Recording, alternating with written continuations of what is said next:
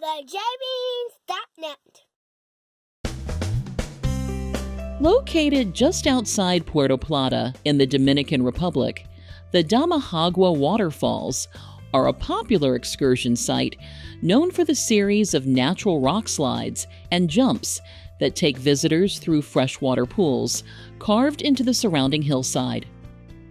We visited the waterfalls as part of a shore excursion booked through our cruise line during a visit aboard the MSC Seascape in April 2025.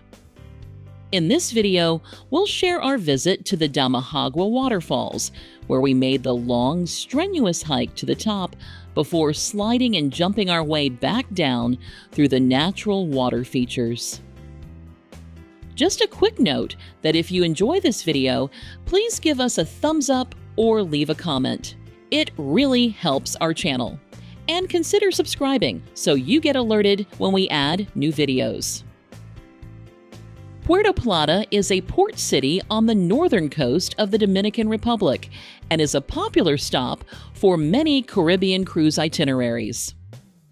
The city's cruise port is located a little over 5 miles, or roughly 8.5 kilometers, east of the Amber Cove Cruise Port, which is also a common cruise destination in the Dominican Republic.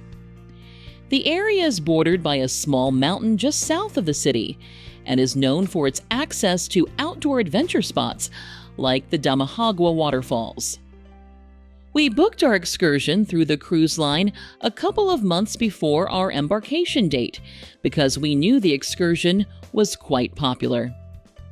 When we arrived in Puerto Plata, we disembarked our ship and walked to the cruise port area to check in and line up with other guests joining us for the Waterfalls Adventure. We were traveling with some family friends, so we used the time in line to chat and get excited for the day ahead. After a roughly 15 to 20-minute wait, we boarded our charter bus for the roughly 45-minute drive to the Damajagua Waterfalls area. About halfway to the waterfalls, our bus broke down on the side of the road. Fortunately, a new bus arrived in about 30 minutes, and although it was clearly older, it got the job done. Our guides provided bottled water while we waited, and everything was handled as smoothly as could be expected. When we arrived at the Damajagua Waterfalls visitors area, our bus parked in a large, unpaved lot. The guides explained that we should only take essential items with us, and we could leave everything else on the bus, which would be secured during our excursion. A shop in the parking lot area rented water shoes, lockers, and other items. It's worth noting that thick-soled water shoes were essential due to the rocky terrain we experienced during the hike up the hill, as well as when navigating the riverbed and waterfall areas on the way down.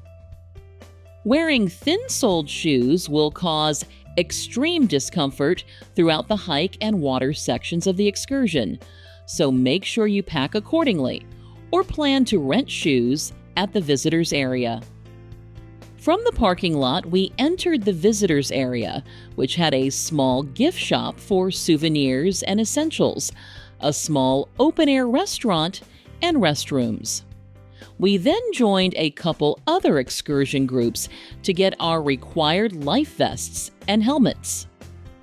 Once we had all of our safety equipment, we began the roughly 1-hour hike towards the waterfalls. We found an online map that showed the visitors area is located at an elevation of about 400 feet, or roughly 122 meters, and the trail started off relatively easy as we got going. Just a couple of minutes after we started, we climbed the steps to cross a large footbridge, and the real hike started when we got to the other side. The trail quickly became quite rocky and steep. As we continued up the hill, we occasionally had to climb some traditional wooden steps. We also had to climb several wooden frame steps that were filled in with packed dirt and gravel. Although we were constantly shaded by fairly dense foliage, the hike was still hot and strenuous.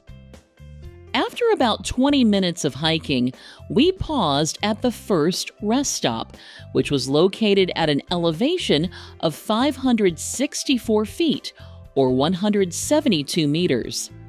That meant we had already climbed about 164 feet, or approximately 50 meters, which is roughly the equivalent of a 15-story building. A very long wooden bench provided enough space for everybody to take a seat and catch their breath. We used the break as an opportunity to talk with the guides, getting to know more about them, the waterfalls, and the Dominican Republic. And roughly 5 to 10 minutes after we paused, it was time to continue hiking. We continued up more rocky terrain, more traditional wooden steps, and more dirt-filled wooden frame steps before we made it to the second rest stop about 20 minutes later. Once again, we paused and sat on wooden benches for about 5 to 10 minutes before we continued our hike. Although the second rest stop wasn't quite the highest point of the hike, we only had to go a bit higher before we finally reached the downward portion of the hike. It's not immediately obvious at the start of the hike, but reaching the Damajagua Waterfalls requires going up and over the top of the large hill before heading down to the waterfalls area on the other side. And after hiking down the dirt trail for a bit, we had to navigate a surprisingly long set of steep wooden steps to finally reach the start of the water adventure. To reach the water, we had to carefully navigate down a set of wet, slippery steps. Walking in knee-deep water before we reached more shallow areas, we made our way through a narrow canyon with smooth rock walls on either side and dense trees and vegetation growing along the top edges. After walking through the refreshing, shallow water for about 10 minutes, it was time to experience our first slide made of natural rock. The cool water at the end of the slide felt especially nice compared to the warm, humid air, and was a great way to kick off the real fun of the excursion. From the first slide, we swam a short distance to the next slide, which curved quite a bit more as it dropped to the water below. Both slides dropped into water that was a bit too deep to touch the bottom, so we had to swim the short distance to the next section. After swimming out of the second slide's pool, we entered a wide, open section of the canyon with rocky ledges on both sides. Our excursion groups had a chance to spread out a bit as we walked through the shallow riverbed to the line for the grand finale of our adventure, the 18-foot or roughly 5.5 meters jump. Standing in line gave us a good opportunity to watch others take the leap. However, all of us agreed that the drop to the water below looked significantly higher when we walked to the ledge for our own jump. Still, one by one, we each managed to find the courage to make the leap, and we all agreed it was an absolute blast. For those looking for an alternative, there was also a natural slide located next to the jump that dropped into the same pool. Even though the slide started from roughly the same height as the jump, some guests seemed to prefer that option instead of the straight drop. Our Damajagua Waterfalls experience included 2 natural water slides and 1 big jump into a deep pool. Prior to our cruise, we saw many online reviews of the excursion that indicated there were more slides and jumps. So visiting during the island's dry season, which runs from December to April, appeared to limit the water flow for our adventure. Our excursion guides also confirmed that the lower water levels were due to the lack of rainfall at that time of year.